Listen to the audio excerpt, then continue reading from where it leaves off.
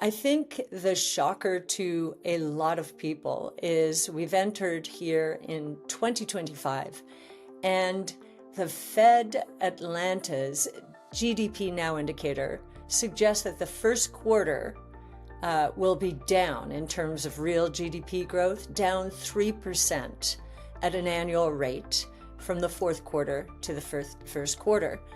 And that has unnerved a lot of people because the economy seemed to be doing fine. So now what I'd like to do is talk a little bit about why we probably are in the last phase of this rolling recession.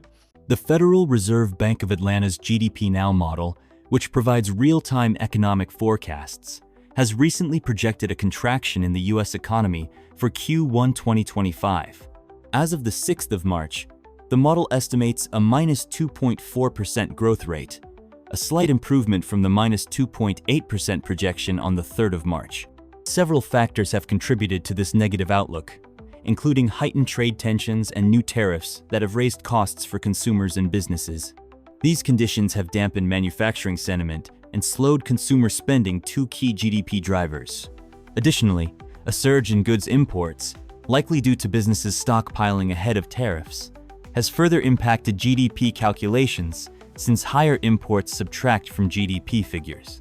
U.S. manufacturers have also reported declines in new orders and employment, signaling a potential slowdown. The ISM manufacturing PMI fell to 50.3, hovering just above the contraction threshold. This economic downturn has raised concerns about the overall trajectory for 2025, with some experts predicting that trade policies and tariffs could drive inflation higher, prompting the Federal Reserve to maintain or even raise interest rates, potentially restraining investment and spending. However, Ark Invest founder and CEO Cathie holds a different perspective. She believes the U.S. economy has been undergoing a rolling recession since 2022, which is now easing and may fully resolve in the coming weeks. Rather than trade and inflation dominating headlines, she anticipates discussions around tax cuts, deregulation, and productivity growth, ultimately leading to a surge in GDP and a bullish economic outlook. Before we dive deeper into Cathie's analysis, don't forget to like this video, subscribe to the channel, and turn on post notifications for more insightful content. Let's get started. We've been talking about a rolling recession since the Fed started jacking up interest rates in 2022 for 3 years, a little more than 3 years now. We believe we've been in a rolling recession, and we're coming to the end of it. So that's the good news. The bad news is we do have to go through this process. Bottom line, however, we think after this initial shudder that the equity markets are going to look through whatever the next 6 months holds in terms of economic activity into a future where we see productivity driving real GDP growth at an accelerated rate in an exciting way. And at the same time, inflation continuing to come down because productivity is going up. Productivity is a powerful antidote to inflation. And we think we're probably on the threshold of some of the most important productivity gains in history. So just wanted to set the stage this way before we go on what is happening in these first 6 months of the year. As you know, there was a lot of hope coming out of the election that we were going to be on our way in terms of the equity market's health and the broadening out of the equity market as a sign of its health. And it has begun, but as always, 2 steps forward, 1 step back. So let's talk about the 1 step back. In terms of fiscal policy, from our point of view, the most important proposal out there right now is the $4.5 trillion tax cut that did make it through the House. They passed a budget with a $4.5 trillion tax cut in it. And that's in addition to the $1.9 trillion tax cut that is part of the Tax Cut and Jobs Act, TCJA. That was scheduled to expire at the end of this year, and we don't think it will expire. This $4.5 trillion is on top of that. Now, you must be wondering what the heck is going on here. That just sounds like a bigger deficit, a bigger hole out there. Well, those numbers are over a 10-year period. But I think one of the most important things we're learning is that the tax rate cuts themselves will be retroactive to January 20th. Now, that's not cast in concrete at all, but we have heard in and around the administration talk of retroactive tax cuts. Why is that so important? Well, we learned from the Reagan Revolution that phasing in tax cuts is a recipe for a very deep recession because people and businesses defer economic activity in order to capture the lower tax rates. And so I think this administration has learned from the Reagan administration that phasing in is not a good idea. So that is very important in terms of information. The Senate version of the budget is not out yet, and then we'll have to go through a reconciliation. I think what's so interesting about the way that President Trump has set this tax cut up is in terms of what people know is going to take place, and I think the president repeated it in his session to Congress this week, no taxes on tips, Social Security, or overtime. Now, those tax benefits are very appealing to the lower and middle class, which tends to benefit from those three sources of income. And so President Trump and team cannot be accused of favoring the rich. I think the other thing we're going to see here is that the threats and actual reality of tariffs, which is causing a lot of consternation. I do not like tariffs. They are tax increases. But I think that the president, and we'll get into this when we go through the charts again, the president is hearkening back to the early days of our country where tariffs actually supported the government. The primary source of income for the government way back then was tariffs. And then, of course, today, tariffs account for very little funding of government spending, and income taxes account for most of it, business and consumer.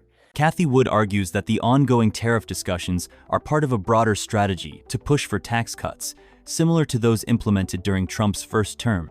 In 2017, the Tax Cuts and Jobs Act reduced corporate tax rates from 35% to 21%, making American businesses more globally competitive. Wood believes Trump's renewed tariff focus serves as leverage for further tax reductions, as tariff revenue could be used to justify income tax cuts without significantly increasing the deficit. Beyond policy, Wood sees this strategy as a way to restore economic confidence.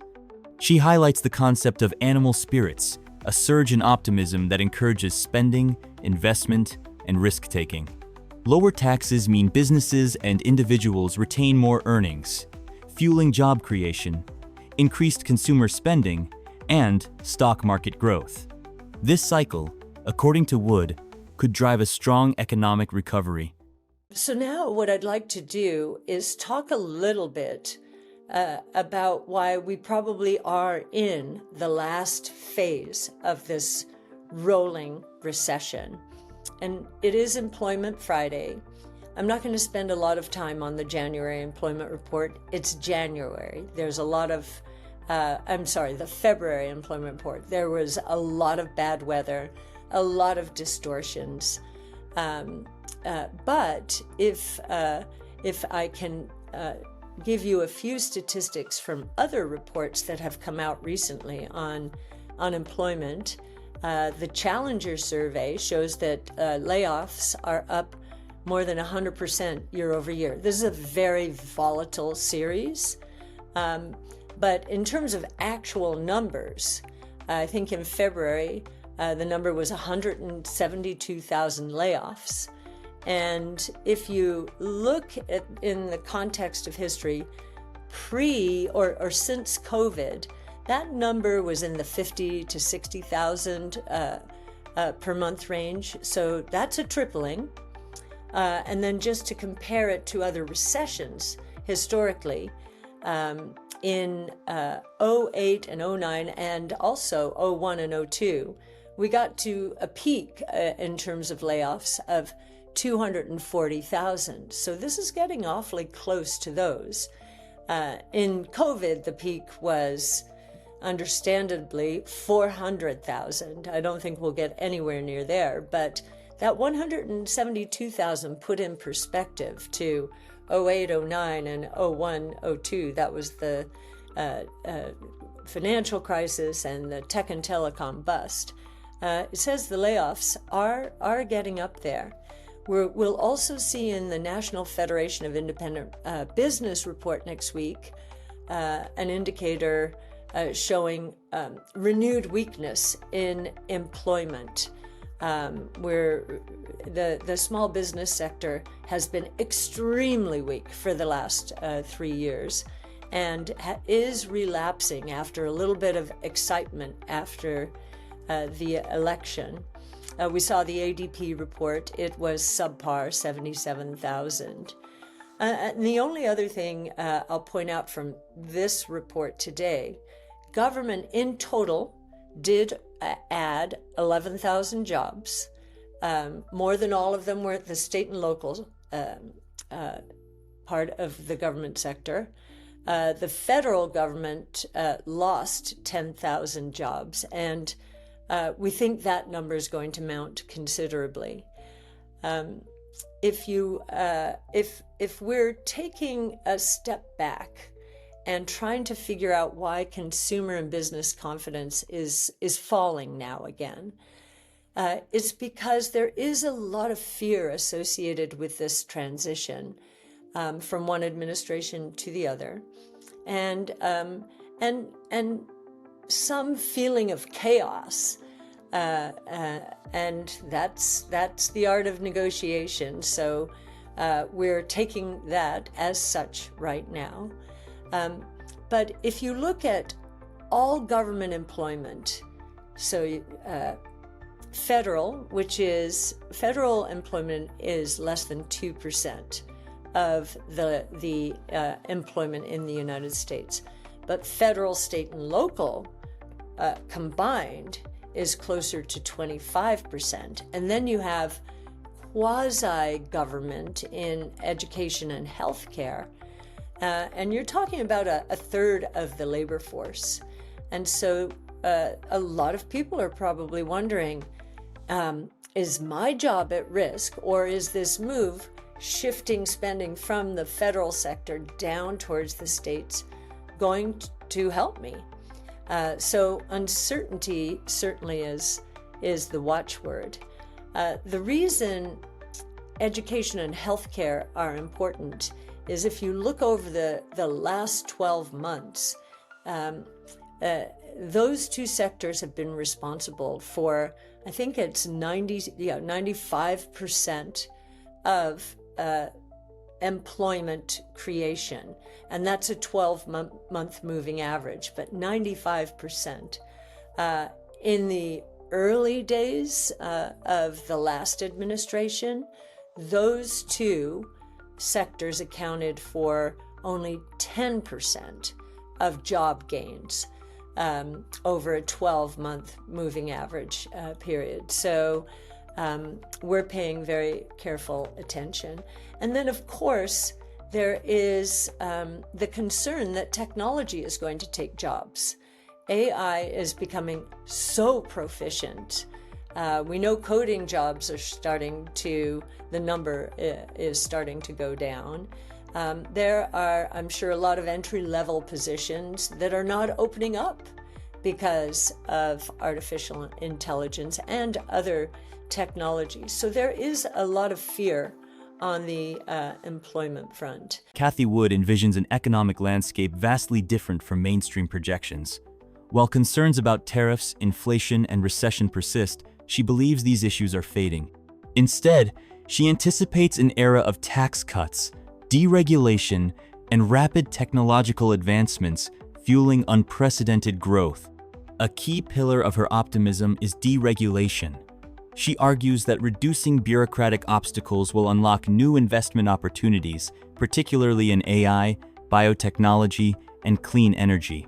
In her view, previous regulations have stifled innovation, whereas a Trump-led administration would likely prioritize cutting red tape, mirroring early trends from his first term.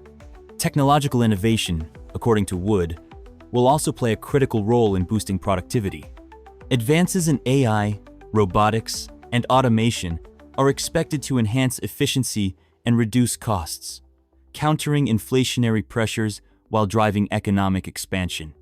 If these innovations gain momentum as she predicts, businesses could experience profitability surges, leading to higher wages, increased consumer spending, and a robust stock market. Wood sees these combined factors: lower taxes, deregulation, and rapid tech progress as the foundation for a powerful economic boom in the coming years. While some economists caution against stagnation, she believes the US is on the brink of a transformative growth period. What do you think?